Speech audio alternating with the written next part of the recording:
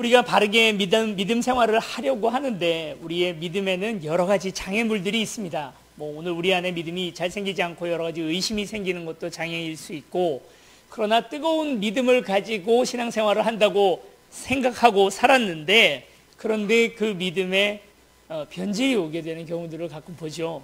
가장 큰 문제 중에 하나가 바로 기복신앙이다라고 말합니다. 복을 받기 위해서 그냥 하나님을 믿으려고 하는 것, 하나님 자체가 목적이 아니라 복이 목적이 되어서 사는 그런 신앙은 사실 불교나 아니면 이슬람, 아니면 또 오늘 우리에게 있는 여러 가지 다른 종교와 기독교가 별로 차이가 없는 게 아닌가 하는 생각들을 가지게 합니다. 복을 받으려고 오늘 우리가 하는 것, 그것이 오늘 우리에게 목적이 된다면 큰 문제겠죠. 그러나 생각해 보면 기복신앙을 우리가 그렇게 경계하기도 하지만, 다른 편으로 생각하면 복을 그럼 하나님 앞에 구하지 않으면 누구에게 복을 구한단 말입니까? 이 땅을 정말 복되게 살아가기를 원하는데, 그럼에도 불구하고 만복의 근원이신 하나님 앞에 우리가 복을 안 구하고 어떻게 삽니까? 운으로 살 수도 없고, 복권이나 이런 걸 가지고, 행운을 가지고 우리가 이 땅을 살아갈 수는 없잖아요. 그러니까 당연히 복을 하나님 앞에 구해야겠죠. 생각해 보면 기복신앙을 경계하는 오늘 우리의 마음에는 복을 구하는 것 자체가 문제가 아니라 무엇을 복이라고 하고 살아야 하느냐 하는 그 문제가 더 큰 문제라는 사실을 알게 됩니다. 여러분, 뭐가 복입니까? 어떤 복을 여러분 받기를 원하십니까? 그 복이 오늘 성경 본문에 나와 있습니다. 성경이 아닌 동양사상의 그런 근간을 이루고 있는 서경이라고 하는 경전에 의하면 복에는 5가지 복이 있다고 합니다. 수, 부, 강령, 유호덕, 고종명, 이렇게 5복을 이야기를 합니다. 수라 하는 것은 오래 사는 것을 얘기하는 거겠죠. 그리고 부라 하는 것은 부자가 되는 것, 강령, 건강을 의미하고, 유호덕, 착하게 이 땅 살아갈 수 있다면, 그리고 고종명, 그래서 그 마지막까지 아름다울 수 있는 그런 삶을 살아간다면 그것이 5가지의 복이다, 이렇게 이야기를 하는 것이죠. 과연 이 무신론자들, 그러니까 하나님을 알지 못하거나 하는 사람들에게 있어서는 이와 같은 것들이, 지금은 21세기입니다만 서경이 쓰여진 지 수백 년이 지났음에도 불구하고 여전히 이것을 오늘 우리는 5가지 복, 우리가 이런 것을 누리고 사는 사람들을 복된 사람이라고 얘기할 수 있을 것입니다. 그런데 믿는 사람들, 하나님이 있다고 생각하는 사람들에게도 이게 똑같다면 여러분, 그건 좀 문제가 아닐까요? 세상 사람들이 복이라고 말하는 걸 우리도 복이라고 할 수 있는가 하는 거죠. 바로 여기에서 무엇을 복이라고 말할 수 있느냐? 가치관의 문제가 달라집니다. 아메리카에 있는 원주민들 중에, 특별히 멕시코와 브라질 사이에서 살고 있던 사람들 중에 아즈텍이라고 하는 커다란 문명을 이루고 있던 인디언들이 있었습니다. 이들은 정말 오늘 지금 우리 현대 문명에서도 깜짝 놀랄 만큼 거대한 도시국가를 만들고 살아가던 사람들이었는데, 이 사람들이 처음으로 스페인 사람들을 보고 깜짝 놀랐다고 합니다. 도저히 이해가 안 가는 인간들이 나타난 거죠. 100명도 안 되는 사람들이 자신들의 황제를 납치해가지고서는 별로 그렇게 귀하지도 않은 것에 목숨을 걸고 내놓으라고 얘기를 하는 거예요. 노란색으로 반짝반짝 빛나는 금속을 자기의 목숨보다 더 귀하게 여기고, 그걸 위해서 목숨 걸고 그렇게 하고 있는 모습을 본 거죠. 아니, 이게 뭐라고, 금이 뭐라고, 그 수십 톤 그거 가져가기 위해서 자기 목숨을 거나, 도저히 이해가 가지 않았답니다.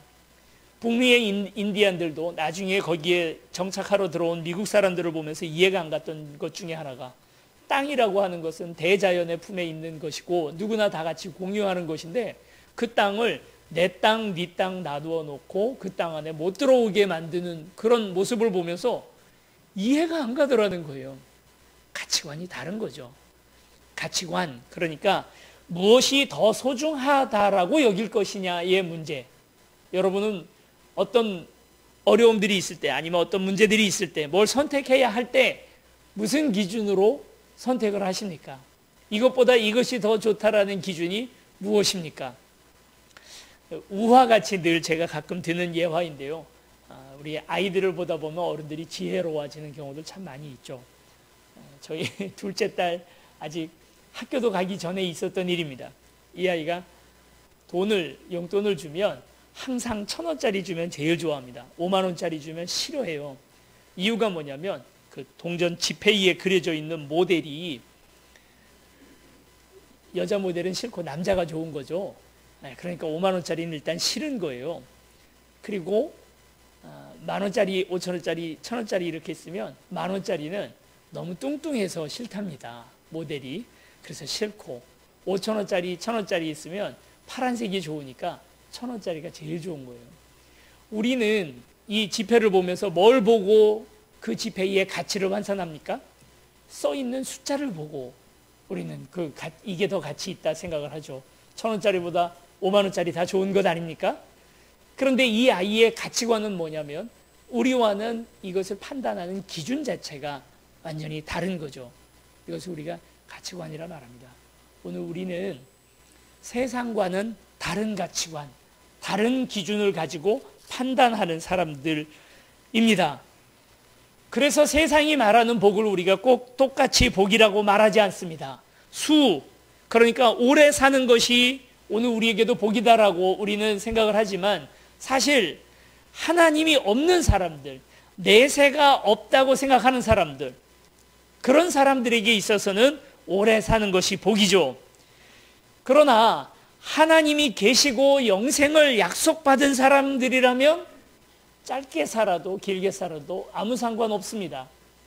그 짧든 길든 그 삶 가운데서 하나님의 영광을 드러내고 사는 그것이 더 중요하다고 그렇게 믿는 가치관을 우리는 가지고 있습니다. 부유함이라고 하는 것도 마찬가지입니다. 부유함.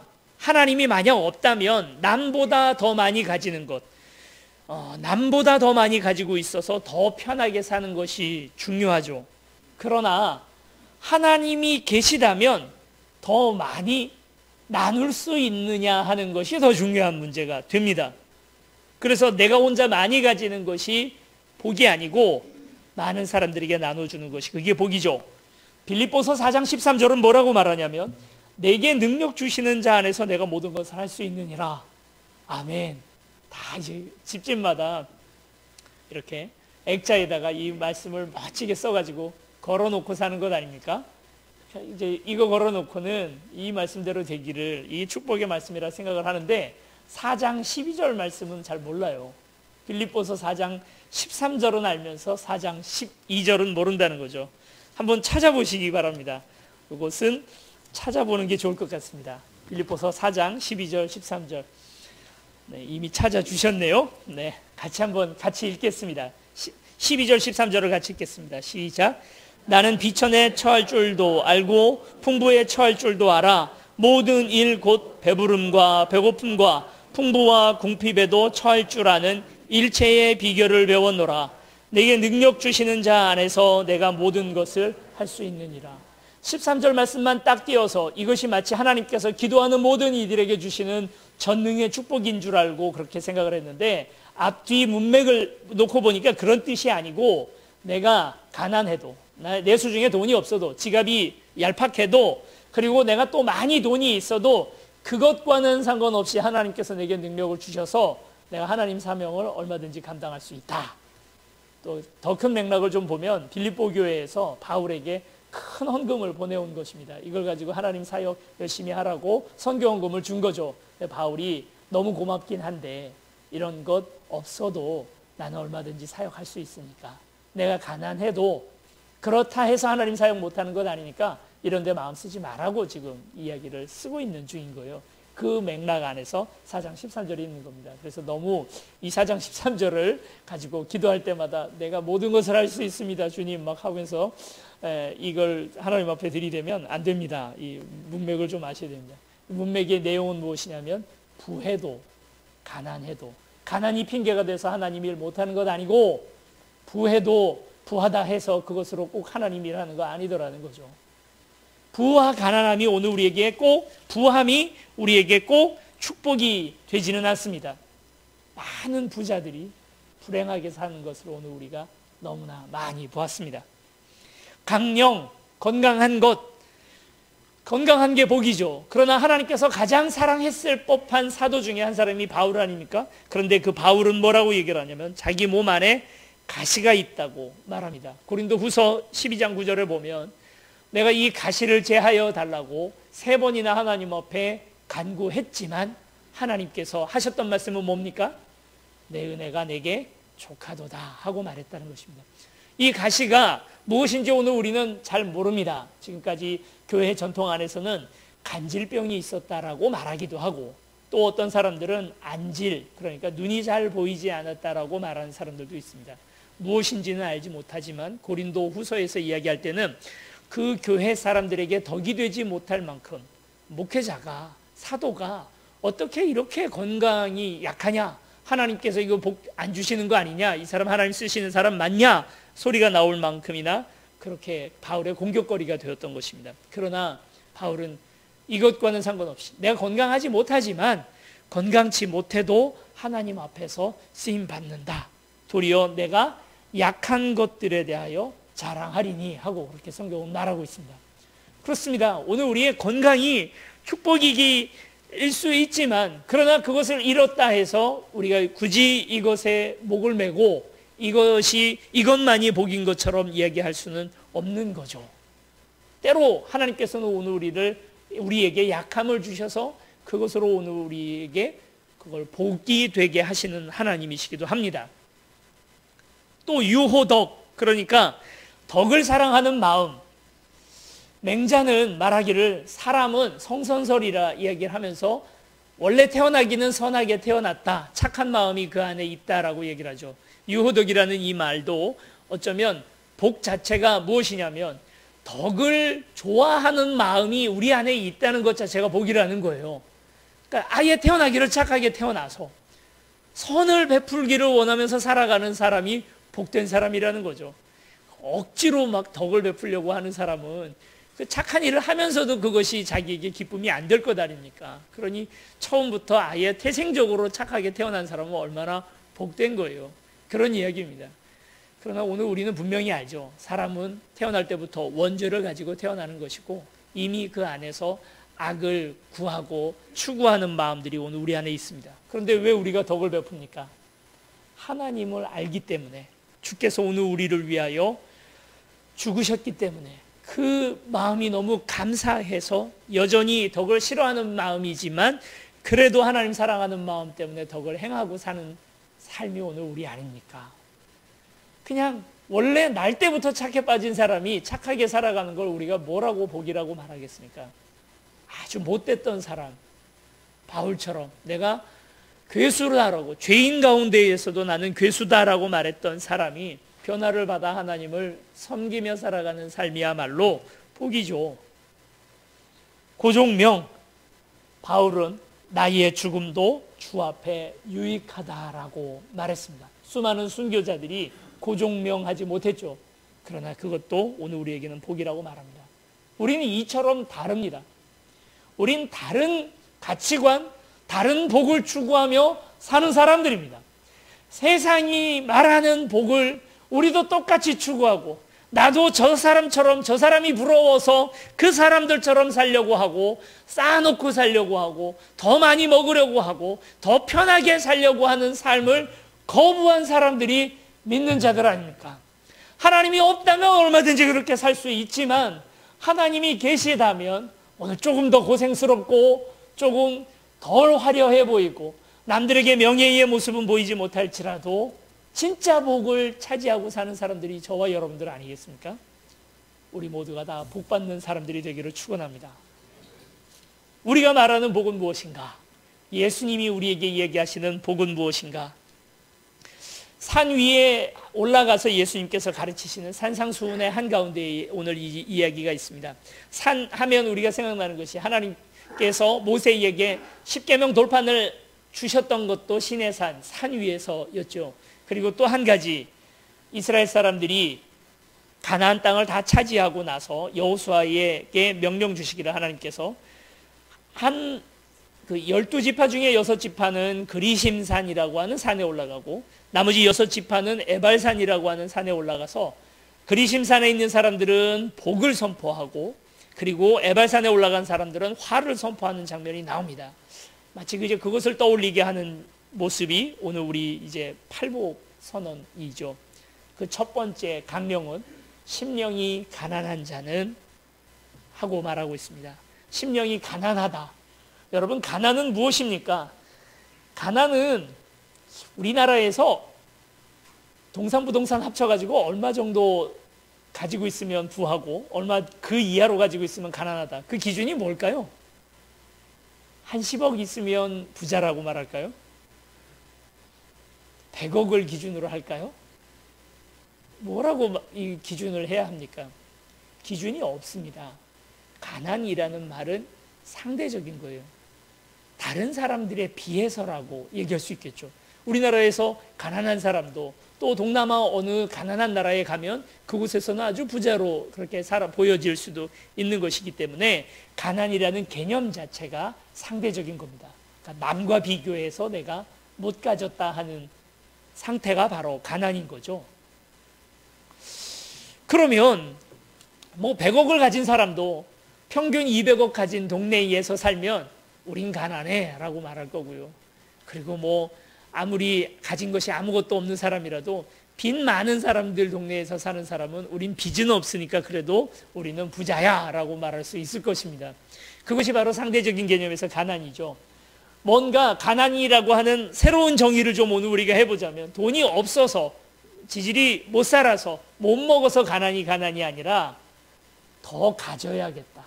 나의 필요보다 지금 내가 가진 것이 부족하다라고 생각하는 모든 사람들은 사실 가난한 것입니다. 자, 우리 가난한 사람들 손 한번 들어보시죠. 지갑의 가난함이란 그런 거죠.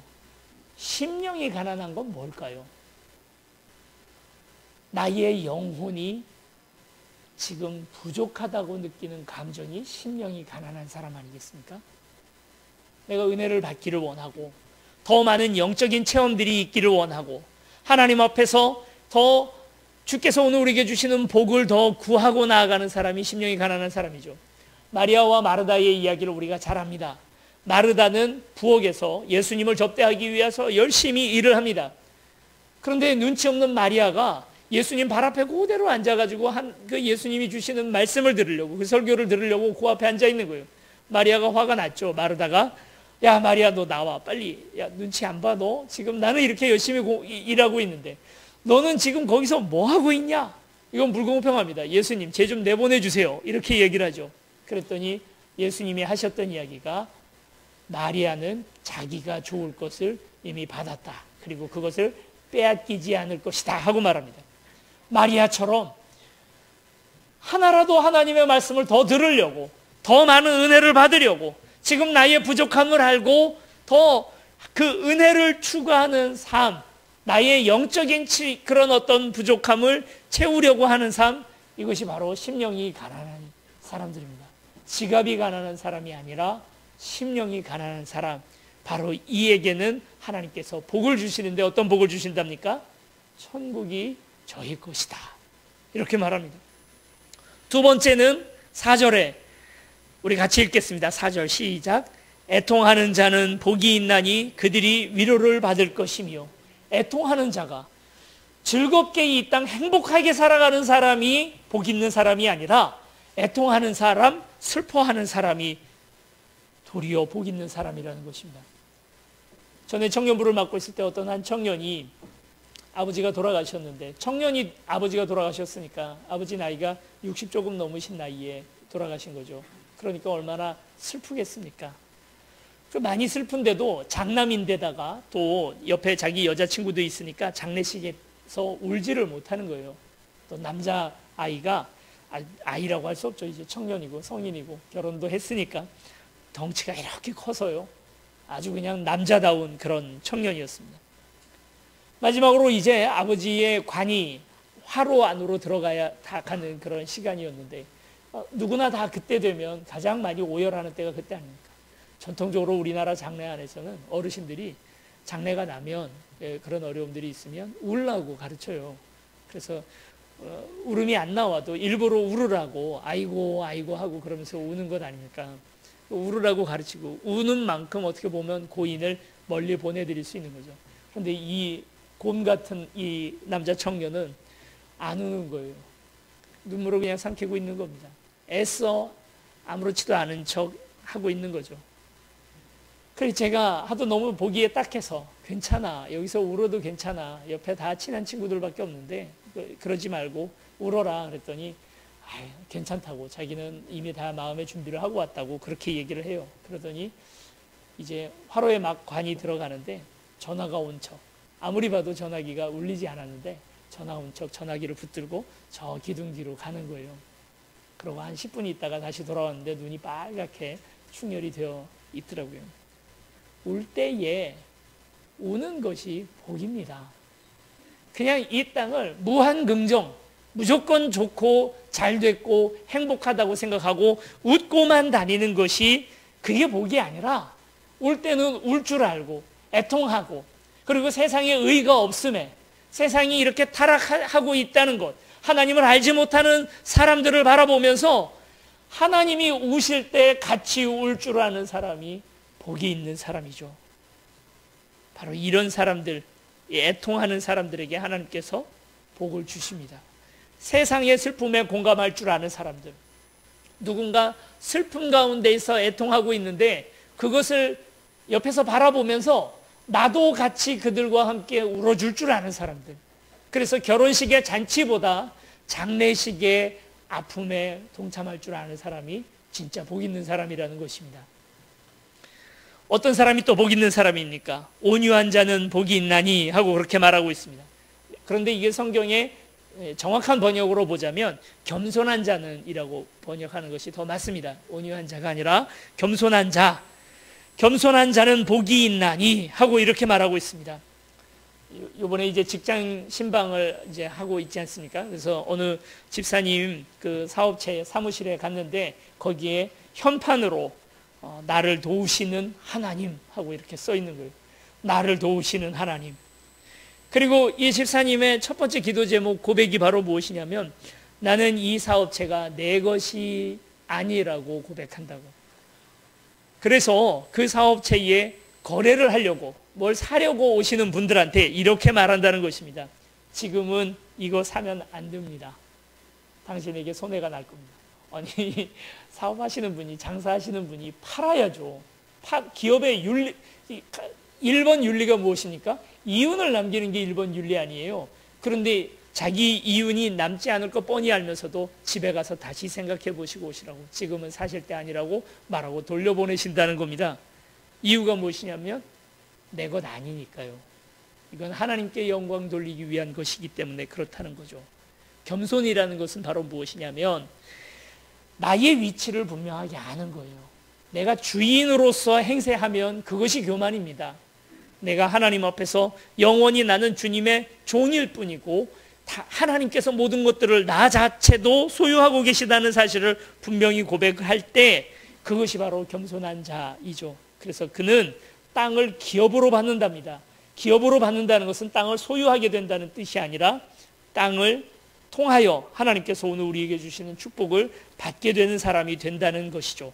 그리고 그 땅을 하나님 대신 기경하는 사람이 된다는 그 뜻을 가지고 있습니다. 겸손한 자, 교만하여지고 남들보다 명예가 높아져서 남들에게 자랑할 수 있는 상태가 되는 게 복이 아니라 겸손한 사람이 도리어 복된 사람이라는 것입니다. 네 번째는 의에 줄이고 목이 마른 사람이 바로 그렇다는 것입니다. 복이 있는 사람이라는 거죠. 여러분, 밥 안 먹으면 배고프잖아요. 지난주 그 기사 중에 하나가 그런 이야기가 하나 나왔습니다. 어떤 아이돌 지망생, 그 연습생 한 사람이 얼마나 이 다이어트 시키느라고 기획사에서 밥을 안 주는지요. 음식물을 속옷에다가 숨겨가지고 다니면서까지 그렇게 연습을 했다고. 그렇게 먹지 않으면 배가 고픈 거예요. 배가 고픈 만큼이나 강력한 욕구가 오늘 우리에게 누가 어디 있겠습니까? 배고프잖아요. 이제 슬슬 배고프시죠? 오늘 점심 식사 기대가 많이 됩니다. 줄인데, 목이 마른데, 배가 고픈데 뭐에 대한 배고픔이고 목마름이냐면 의에 대한, 의로움에 대한 배고픔인 것입니다. 돈을 많이 벌려고에 대한 목마름이 아니고 배고픔이 아니라 의가 배가 고픈 것입니다. 더 의롭고 싶고 더 정의롭고 싶은데 그러지 못한다는 거죠. 다니엘과 세 명의 친구들의 이야기를 우리가 잘 압니다. 세 명의 친구들이 끝까지 왕의 신상 앞에 무릎 꿇지 않습니다. 그러자 그 왕이 이 세 명의 친구들을 불러다가 이제 그 풀무불에다가 집어던지려고 하는데 이 세 명의 친구들의 고백이 어떻습니까? 뭐라고 얘기를 합니까? 우리가 풀무불에 떨어질지라도 하나님께서 우리를 지켜주실 줄로 믿습니다. 그러나 그리 아니하실지라도 오늘 우리가 의롭게 이 땅을 살아가려고 합니다. 그래서 탈세도 하지 않고 바르게 이 땅에서 이윤을 추구하면서 살아가기를 원하죠. 그렇게 하면 하나님께서 더 우리를 기뻐해 주셔서 우리가 그 알량한 몇 푼의 이익을 얻기 위해서 내 양심을 속이기보다 그보다 더 많은 복을 부어주시지 않겠습니까? 내가 겨우 10만 원, 20만 원 좀 더 벌겠다고 내 양심을 속이는데 다른 사람들 다 그렇게 할지라도요, 나는 그렇게 안 해요. 나는 내 양심 속이지 않아요. 그러면 하나님께서 다른 방법으로 우리에게 더 많은 것들을 채워주실 줄 믿는다고. 그거 믿는 사람이 우리잖아요. 그런데 거기에 하나 더 붙어야죠. 그리 아니하실지라도. 정말 그것 때문에 내가 양심 속이지 않아서 의롭게 행해서 내가 망한다 할지라도, 빈털터리가 된다 할지라도 나는 뭐에 만족하는 거예요? 의로 말미암아 배부르게 된다는 거죠. 의의 배가 부르는 것입니다. 그냥 나의 육신의 배가 부르는 것이 아니라 의의 배가 부르는 것. 난 이것으로 만족한다. 세상이 조금 더 의로워졌다는 그 사실에 나는 만족한다. 이것이 복이라는 것입니다. 다섯 번째는 긍휼히 여기는 자는, 그러니까 자비로운 사람은 이런 의미죠.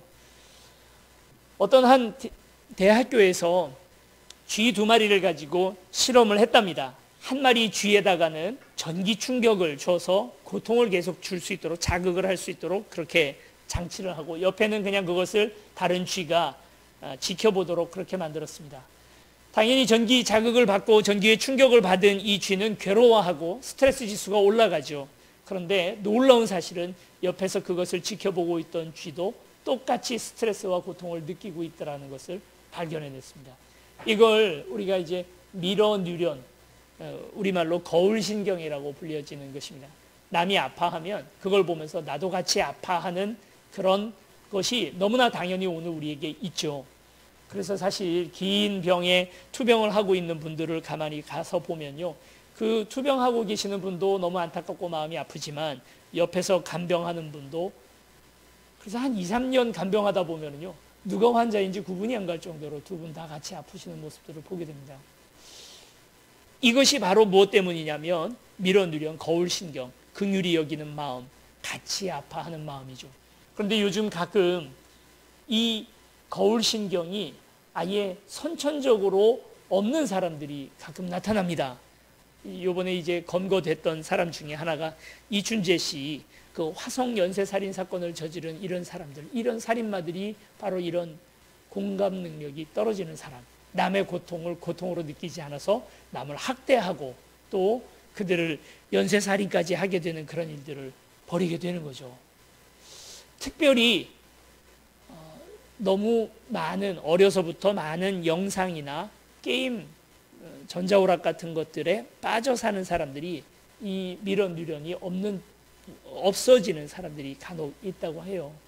마음은 아파 죽겠는데, 힘든데 그것을 전혀 공감하지 못하고 왜 아픈지조차를 이해하지 못하는 사람들. 그러나 복 있는 사람은 어떤 사람입니까? 불쌍히 여기는 마음이 있는 거죠. 우리는 이제 이 시대에 우리 인권 중에 하나가 자존심, 자존감 아니겠습니까?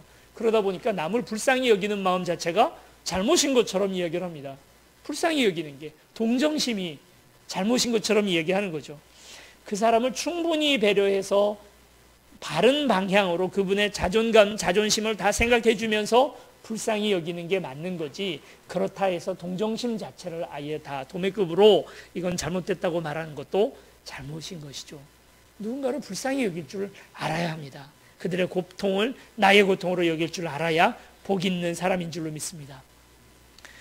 마음은 눈이다, 거울이다 이렇게 얘기를 해요. 세상을 향하여 열려있는 창이다라고 얘기를 하죠. 그래서 마음이 깨끗한 사람은 하나님을 볼 수 있게 된답니다. 우리가 하나님을 보지 못하는 이유가 무엇입니까? 뒤돌아 생각하면 우리의 마음이 청결하지 못해서 하나님이 이 가운데 계시다는 사실을 알지 못하게 됩니다. 이와 같이 하나님을 볼 줄 아는 사람은 하나님의 아들이다 하고 일컬음을 받게 되고요. 화평하게 하는 사람, 싸움을 붙이고 이간질하는 사람, 남을 헐뜯고 다니는 사람이 아니라 도리어 그들에게 용서의 마음을 전하고 그 사람의 진심을 이해하려고 애를 쓰고 우리가 틀린 것이 아니라 다른 것일 뿐이다 라고 생각하는 사람, 화평하게 하는 사람은 복이 있다. 그리고 의를 위하여 핍박을 받는 사람, 요즘 한국교회가 참 어떻게 보면 이 8번째 복에서 걸리는 건데요. 의를 위하여 핍박을 받는 교회가 된 게 아니라 의롭지 못해서 요즘에 도리어 핍박을 받는 교회가 되어버렸습니다. 의롭기 때문에 남들보다 더 의롭게 살기 위해 세상의 의의 기준이 아닌 오늘 우리 하나님을 믿는 사람의 의의 기준에서 더 의롭게 살기 때문에 세상의 질투를 받아 오늘 우리가 의롭게 살아서 받는 핍박, 이런 사람들이 복 있는 사람들이라는 거죠. 여러분, 놀라운 사실은 무엇이냐면 이와 같은 8가지의 복은 다 무엇과 관련이 되냐면 강한 갈망과 연결이 되어 있다는 것입니다. 모든 걸 다 만족히 여기는 상태가 복받은 사람이 아니에요.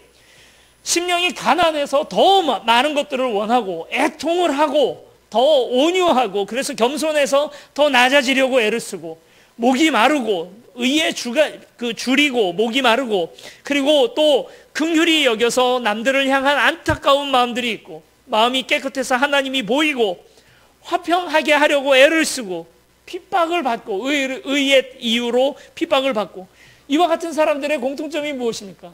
지금 아무것도 세상을 만족하지 못합니다. 뭘 좀 더 만들고 싶어 하는 그런 꿈과 강한 욕망이 이들 안에 있는 거죠.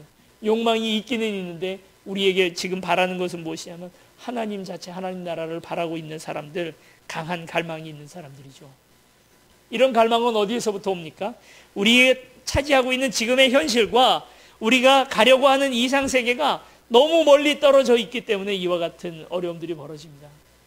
야곱이 꾸었던 꿈이 무엇입니까? 현실의 세계, 이 땅과 우리의 이상세계 하나님의 나라가 너무나 멀리 떨어져 있어서 하늘과 땅이 맞닿지 않는 것처럼 이렇게 멀리 떨어져 있죠. 우리도 우리가 꿈꾸고 있는 것이 한 이 정도 되는데 우리의 현실이 여기에 있다면 그 거리만큼 우리는 힘든 거잖아요. 왜 우리가 힘들다고 생각하고 행복하지 못하다 생각합니까? 이 거리가 너무나 멀기 때문에 격차가 너무 크기 때문이죠. 내가 생각하는 나의 삶의 수준은 여기에 있는데 지금 나의 현실의 모습은 여기에 있으니까 그렇죠. 불교는 뭐라고 가르치냐면 너무 세상을 그렇게 큰 이상을 가지고 살지 말라고, 비워내라, 공이다, 아무것도 없다. 그러니까 이 하늘을 끌어다가 땅에다가 붙입니다.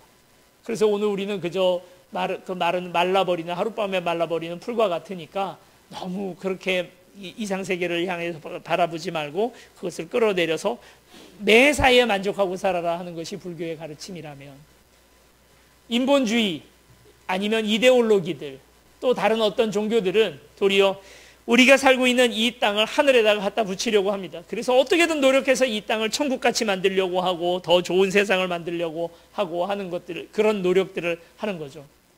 기독교가 가르치는, 하나님이 우리에게 보여주신 가장 이것을 극복하는 방법은 무엇입니까? 하늘과 땅 사이에 사닥다리, 예수 그리스도께서 사닥다리가 되어주셔서 이것을 궁극적으로 맞닿을 수 있도록 해주신다는 겁니다.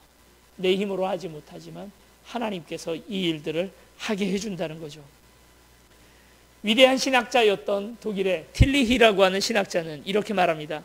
우리는 결코 그것을, 그러니까 하나님의 나라, 우리의 이상을 붙잡을 수 없다. 그러나 우리가 그것에 붙잡힐 수는 있다. 하나님께서 오늘 우리에게 이 모든 꿈들을, 복들을 우리에게 내려주십니다. 세상은요, 더 많이 가지려고, 더 많이, 더 길게 살려고, 더 강건하게 살려고, 그리고 그것을 복이라고 말합니다. 근데 우리는, 믿는 자들은 그게 복이 아니라고 말합니다. 우린 도리어 반대로 생각합니다. 전혀 다른 가치관을 가지고 살아갑니다. 안타까운 일들을 오늘 우리가 교계의 뉴스 안에서 많이 보게 되죠. 왜 저렇게 되었을까? 하나님이 있다는 걸 믿는다면 저렇게 생각 못할 텐데요. 저렇게 살 수는 없을 텐데. 하나님이 없다고 생각하니까 저걸 추구하고 사는 거죠. 더 많이 가지려고 사는 거죠. 더 많이 누리고 살려고 하는 거죠. 더 많이 먹으려고 하는 거죠. 하나님이 있다는 걸 적어도 안다면 우리의 복의 기준이 달라질 줄로 믿습니다. 여기 계시는 모든 분들이 다 복 많이 받는 분들이 되기를 축원합니다. 복을 기원하는 거 우리 연초에 많이 하잖아요. 시도 때도 없이 이렇게 복을 기원합니다. 여러분 복 많이 받으시기 바랍니다. 여러분이 받는 복이 세상이 받는 복과는 전혀 다른 복을 누리는 저와 여러분들이 되시기를 축원합니다. 우리 같이 이제 찬양하고 기도하고 주님 앞에 나아가기를 원합니다. 우리가 세상의 지탄을 받고 맛을 잃은 소금으로 살아가게 되는 이유가 무엇입니까? 우리도 세상이 말하는 복, 세상이 말하는 가치, 세상이 말하는 부유함 가운데에서 살려고 그래서 하나님을 이용하니까 그러다가 오늘 우리가 맛을 잃어버리고 이 땅 그렇게 살아가는 것 아니겠습니까? 오늘 우리의 진정한 만족함은 하나님 안에서 진정 있는 줄 믿습니다. 우리 같이 찬양하시고 기도하며 하나님 앞에 나가시겠습니다.